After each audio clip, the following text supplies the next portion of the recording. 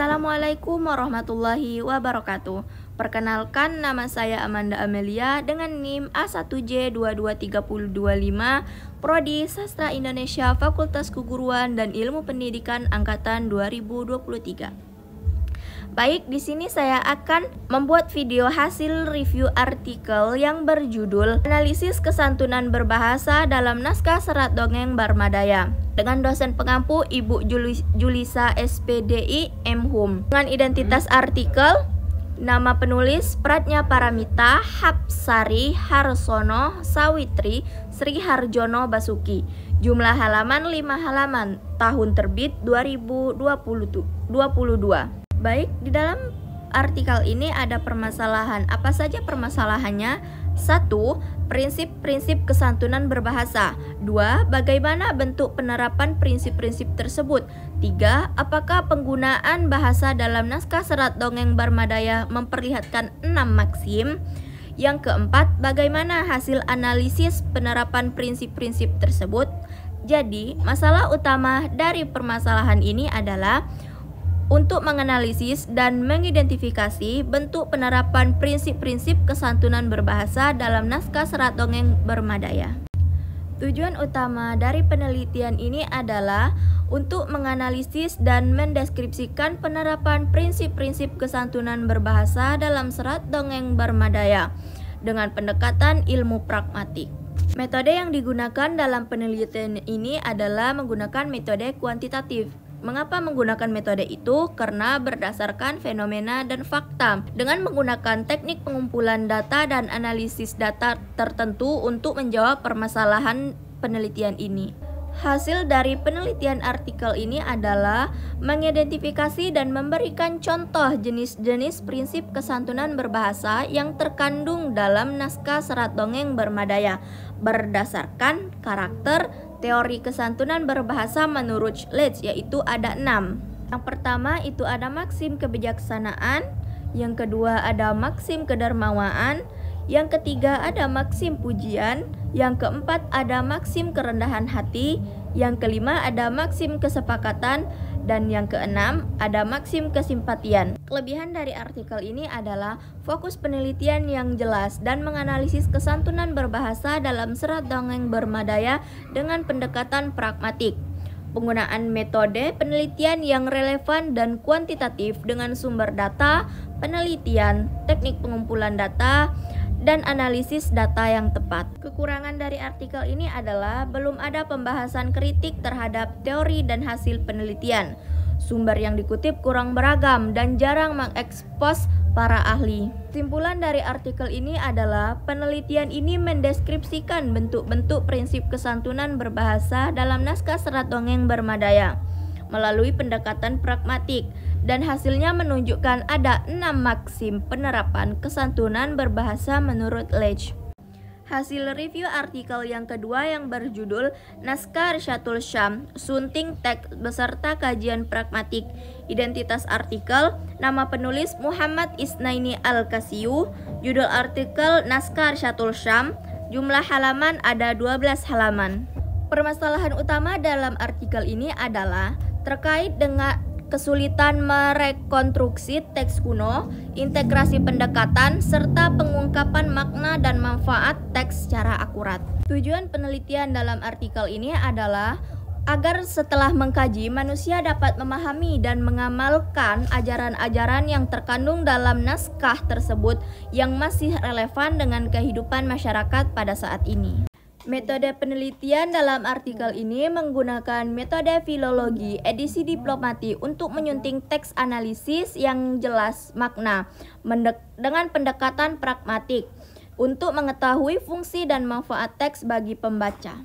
Hasil dari penelitian artikel ini adalah penguatan nilai-nilai keagamaan seperti kewajiban puasa, salat tarawih, membaca Al-Quran, memakmurkan malam Lailatul Qadar, membayar zakat, dan melaksanakan takbir sesuai tuntunan Islam. Manfaat nilai moral seperti selalu bersyukur, menjalinkan silaturahmi, dan tidak ada perpecahan. Kelebihan dari artikel ini adalah bermanfaat untuk melestarikan kebudayaan lewat pelestarian naskah kuno, tulisan sistematis dan mudah dipahami dengan pembahasan yang terstruktur sesuai dengan kerangka kategori. Adapun kekurangan dari artikel ini, belum ada uraian secara mendalam mengenai latar belakang sejarah naskah Risalatul Syam itu sendiri, seperti tahun penulis, pengarang, dan kondisi politik pada saat itu. Kesimpulan dari artikel ini adalah, naskah ini merupakan salah satu karya sastra Islam yang mengkaji menggunakan metode filologi. Berdasarkan analisis pragmatik, ditemukan bahwa naskah tersebut memuat ajaran tasawuf berupa akhlak seperti mensyukuri nikmat, silaturahmi, dan tidak ada kesenjangan sosial. Hasil review artikel yang ketiga itu ada istilah toponomi, tabui, dan hamli pada masyarakat Iyali di Papua, sebuah kajian semantik dan pragmatik. Identitas artikel ada penulis artikel Yusuf Sawaki, jumlah halaman 18 halaman, tahun terbit 2023. Permasalahan dalam artikel ini adalah tentang perluasan makna istilah toponomi, tabui, dan hamli dalam bahasa Yalis secara semantik dan pragmatik, serta faktor-faktor yang mempengaruhinya.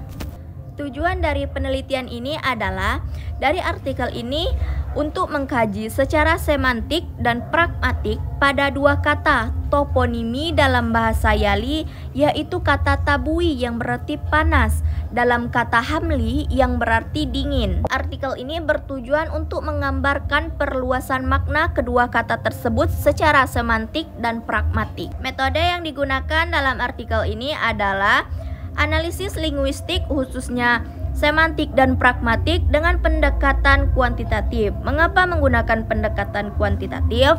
Karena berdasarkan fenomena dan fakta. Hasil yang didapat dalam artikel ini adalah kedua kata toponimi tersebut tidak hanya menggambarkan iklim dan suhu semata, tetapi juga bermakna luas terkait dengan identitas, budaya, pandangan hidup masyarakat Iyali berdasarkan wilayah geografis dan topografi tempat mereka tinggal. Kelebihan dari artikel ini adalah mengkaji kajian semantik dan pragmatik istilah toponimi secara mendalam. Sementara kekurangan artikel ini terletak pada ketidakadaan penjabaran dan analisis yang lebih rinci dan beragam. Kesimpulan dari artikel ini, dengan demikian kedua istilah toponimi ini menjadi penting dan melambangkan pengetahuan konsep dunia masyarakat Iyali secara menyeluruh. Hasil review artikel yang keempat dengan judul artikel kontribusi pragmatik dalam penerjemah peranan dan fungsi praktis. Identitas artikel, nama penulis Angga Aminullah Mansur, jumlah halaman 11 halaman. Permasalahan utama yang diangkat dalam artikel ini adalah bagaimana pragmatik yang dapat memberikan kontribusi secara umum terhadap dunia penerjemah, baik dari segi peranan maupun fungsi praktisnya. Tujuan penelitian ini untuk menjelaskan secara kontribusi pragmatik dalam dunia penerjemah, khususnya mengenai peranan fungsi dan praktis pragmatik dalam konsep penerjemah. Adapun metode penelitian yang digunakan penulis dalam artikel ini adalah penelitian kepustakaan atau library yang bertujuan untuk mengkaji secara mendalam berbagai teori dan konsep terkait topik penelitian melalui tinjauan pustaka. Hasil dalam artikel ini menguraikan definisi dan cakupan ilmu pragmatik, terutama terkait dengan makna.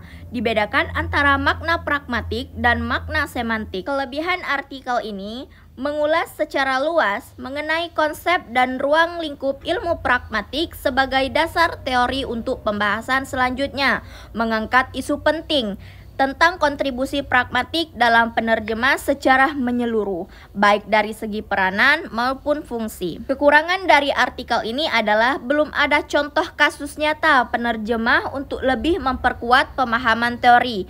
Belum ada saran terkait pentingnya pengembangan kompetisi penerjemah dalam bidang pragmatik. Kesimpulan dari artikel ini, pragmatik memberikan kontribusi besar terhadap dunia penerjemah, baik dari segi peranan maupun fungsi praktis. Secara peranan, pragmatik merupakan sumber kajian yang melimpah bagi penerjemah, seperti tindak tutur, implikatur, dan prinsip kerjasama. Hasil review artikel yang kelima itu ada unsur devisme dalam terjemah makna Al-Quran ke bahasa Melayu. Identitas artikel, nama penulis Nasimah Abdullah, Nur Fazilah Abe Hamid, Jumlah halaman 9 halaman, tahun terbit 2017. Permasalahan yang ada di dalam artikel ini adalah terdapat unsur dafisme dalam teks penerjemah Al-Quran dari sudut pandang sosiolinguistik Melayu. Terjemahan secara literal menyebabkan penggunaan kata ganti dari nama aku dan mu secara sosiolinguistik tidak tepat untuk menggambarkan hubungan antara anak dan ayah. Permasalahannya, ketidakadaan pendekatan pragmatik yang memperlihatkan unsur sosiolinguistik dalam terjemah kata ganti nama diri Arab ke Melayu. Tujuan dari penelitian ini adalah untuk menganalisis unsur dafisme dalam terjemah Al-Quran dari perspektif sosiolinguistik bahasa Melayu dan fokus pada penerjemah kata ganti dari bahasa Arab. Metode penelitian. Untuk metode penelitian ini adalah kepustakaan pendekatan kuantitatif dalam lingkup linguistik terapan. Penelitian dilakukan menganalisis beberapa contoh ayat Al-Quran perbandingan terjemahannya. Hasil dari analisis ini, secara ringkas, artikel menunjukkan ketidaksesuaian kaedah terjemahan dan menyebabkan kecetusan unsur ketidaksantunan dan bahasa akibat ketidakpatuhan terhadap aturan sosiolinguistik bahasa sasaran. Kelebihan pada artikel ini adalah membahas topik yang masih relevan tentang unsur dafisme dalam terjemahan ayat-ayat Al-Quran ke bahasa Melayu, mengaitkan analisis dengan teori-teori linguistik seperti semantik dan pragmatik untuk memahami makna. Kekurangan artikel ini, kajian hanya terbatas pada 2 teks dan beberapa ayat saja. Sebaiknya lebih banyak untuk kesimpulan dan komprehensifnya. Kesimpulan dari artikel ini mengkaji unsur dafisme dalam teks terjemah Al-Quran dan mengkritik penggunaan kaedah literal yang tidak mengambil kira peraturan sosiolinguistik bahasa sasaran. Baik, di dalam 5 artikel yang saya review, kurang dan lebihnya saya mohon maaf. Saya akhiri, wassalamualaikum warahmatullahi wabarakatuh.